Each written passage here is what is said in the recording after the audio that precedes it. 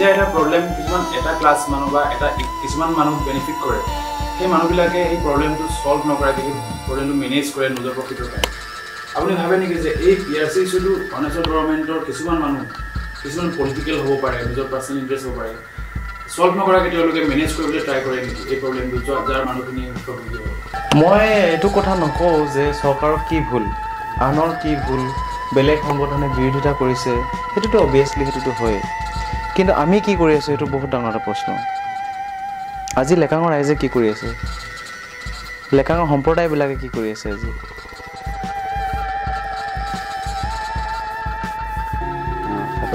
চাকৰি ক্ষেত্ৰতো আমাৰ সুবিধাই নাই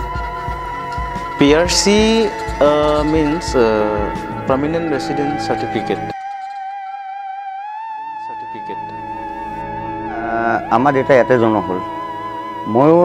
ইয়াতে জন্ম হোৱা আৰু আজি খিলঞ্জীয়া মানুহ হিচাপে অৰুণাচল গভৰ্ণমেণ্টে আমাক আজিলৈকে